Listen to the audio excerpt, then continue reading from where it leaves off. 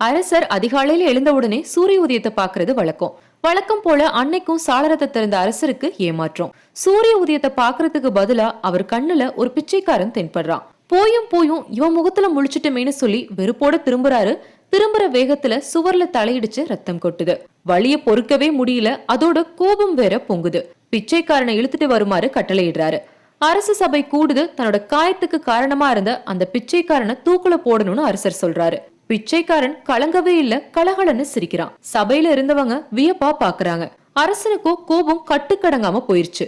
அரசே, என் முகத்துல விழிச்சதால உங்க தலையில சின்ன காயம் மட்டும்தான் ஏற்பட்டுச்சு. ஆனா உங்க முகத்துல நான் விழிச்சதால என் தலையே போக போகுது.